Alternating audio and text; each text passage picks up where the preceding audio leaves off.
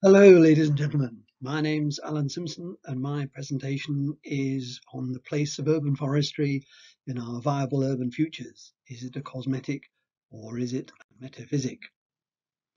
A thought for the day.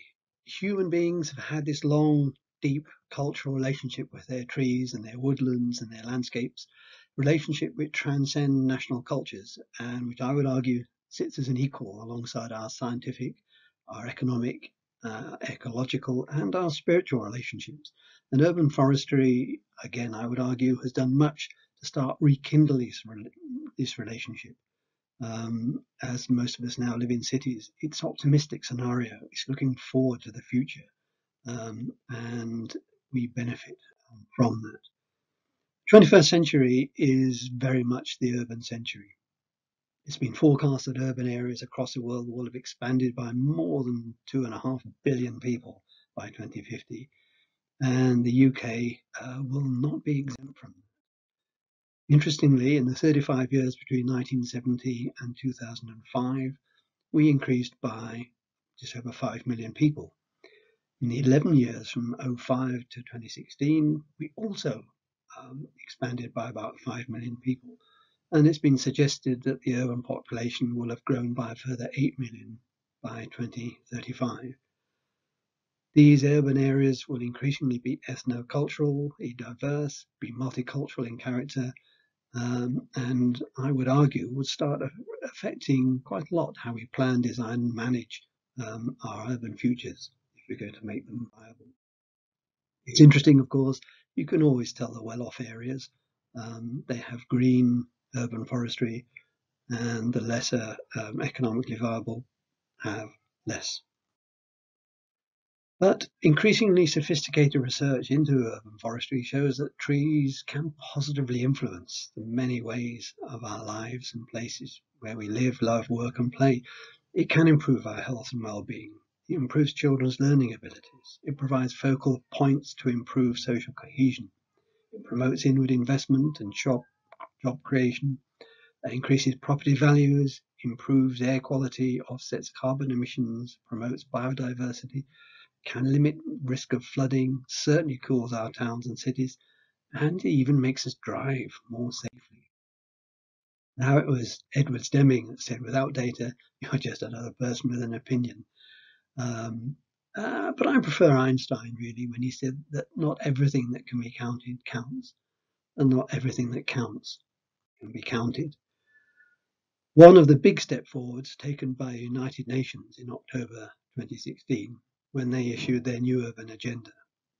They wanted to promote a shared vision of sustainability and inclusive prosperity for all of us, opportunities for all of us, and environmentally sustainable and resilient urban development. And urban forestry, I would argue, can help to deliver this. Now, we supplemented this in December 2018 when we held the first World Forum on urban forests. And we wrote a call for action. And that suggested that the urban forest can benefit all of us by making our communities greener. Towns and cities need their urban forest, and people need green spaces. The colour green is often associated with well-being and positive feelings. It's the colour of balance, of harmony and growth, which is why it's the interior colour of Lee Beckett's University's Broadcasting Place building. Green cities are strategic for urban communities and will play a key role in our futures.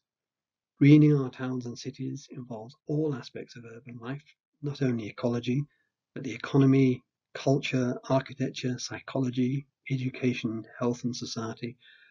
It's the backbone of our green infrastructure and the key actor in the theatre of our urban landscapes. Thus, I would suggest it is no longer a cosmetic. It is a first principle, a metaphysic. Urban forestry makes places healthier. We usually feel good when we're out in the open forest. Evidence shows us that the presence of trees has a positive influence upon our health and well-being. And we can prove that increasing canopy of trees in a neighbourhood can reduce, for example, obesity by 18%, as people are encouraged to walk and go outside. Presence of trees can make urban spaces safer, which does increase physical activity of people outside. We should think of the urban forest, therefore, as a green physician, improving our health directly and indirectly, and relatively little expense. We know, for example, that in 2015, urban forestry in the UK saved the National Health Service over £1 billion, helping to reduce the impact of air pollutants on urban people. That was government figures. Urban forestry makes places happier. Most people appreciate trees and are happier when they're in green spaces. Urban dwellers use the urban forest for relaxation, either alone or in groups or for social and cultural events. Many communities support the planting of trees as well as the conservation of existing ones, both in the well-off and the less well-off parts of the city. The urban forest can also provide natural classrooms for the education of children, and there has been a significant increase in recent years in the UK for the setting up of forest schools. Urban forestry makes cities cooler. On hot summer days, the urban forest is a breath of fresh air. The right species of trees can also mitigate the thermal extremes of the built-up urban environment much more effectively than air conditioning, and this role will become increasingly to the fore as the issues of climate change escalate. Trees can assist retail businesses too. We know that when the temperature of our streets rises to around 30 degrees, which it actually does more often than people think, shopping becomes less pleasant and people tend to do their shopping online. Trees can help to reduce street temperatures by anywhere between 4 and 8 degrees Celsius, thus making it more comfortable for pedestrians and a much more comfortable environment in which to spend their money. Wilder. Biodiversity has an intrinsic value and represents a key element of any landscape, including cities. Indeed, cities have got to step up to the plate and engage more constructively with reconciliation ecology. Habitat fragmentation is the biggest threat to the conservation of wildlife and natural ecosystems in urban areas. Climate change will stimulate the migration of species, and the urban forest can provide a stepping stone that allows species to migrate to more diverse habitats. Diversity also concerns human communities, and the urban forest can be fundamental for maintaining local identity and maintaining cultural traditions. Cleaner. A well-managed and healthy urban forest can help to maintain and improve air quality and water quality in and around our towns and cities. The right species of trees in cities can improve the quality of the air through a variety of chemical reactions by capturing and holding air pollutants. By decreasing air temperatures, trees can also help reduce the use of air conditioners, which in turn saves energy use and polluting emissions.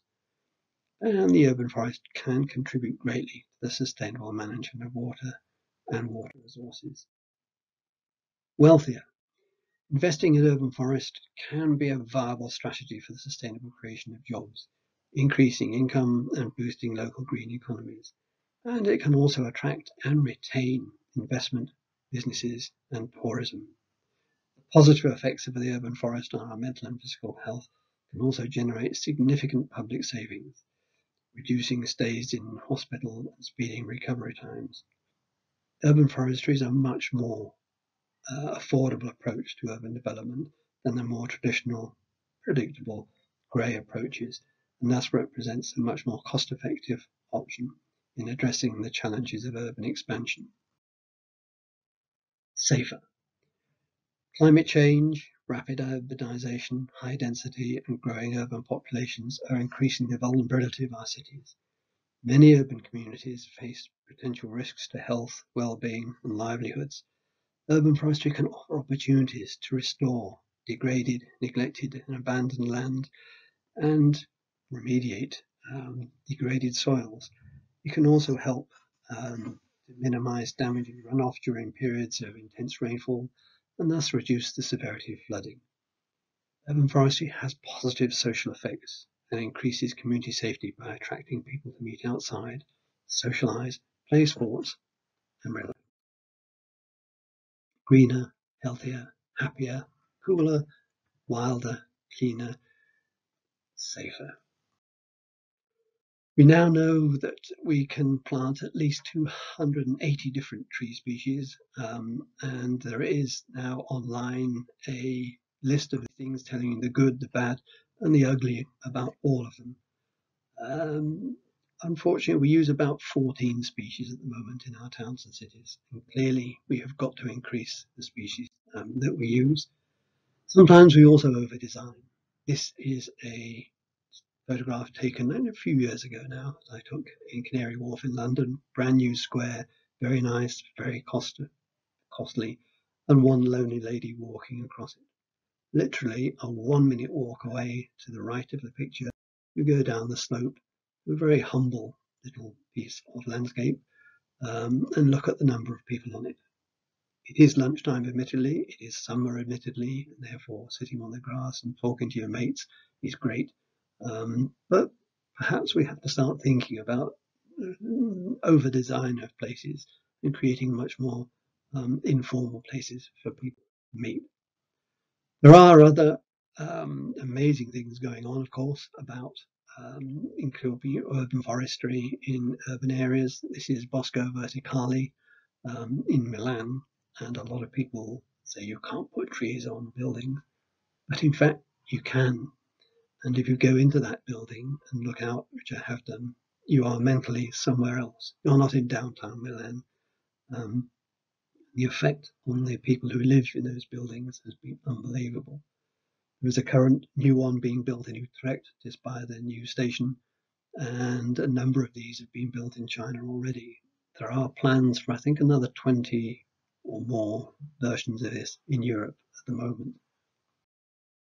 So to conclude, there are no more new frontiers. We have got to make it here. We're not going to be able to fly off to Mars. So trees in the public realm demand a much better transdisciplinary design and landscape structure planning to significantly improve the quality of the resilience of our towns and cities by creating better and more viable urban habitats than we now have. We've got to plant more trees in our towns and cities, the right tree in the right place for the right reasons. And this must be part of a belief in the value and importance of our plural, multicultural cities as a nucleus of our cultures, together with a much more radical approach to post-industrial, resilient urban design and placemaking, and a much higher appreciation of the fact that the urban forest is no longer a green cosmetic. It is a metaphysic, the first principle for our viable futures.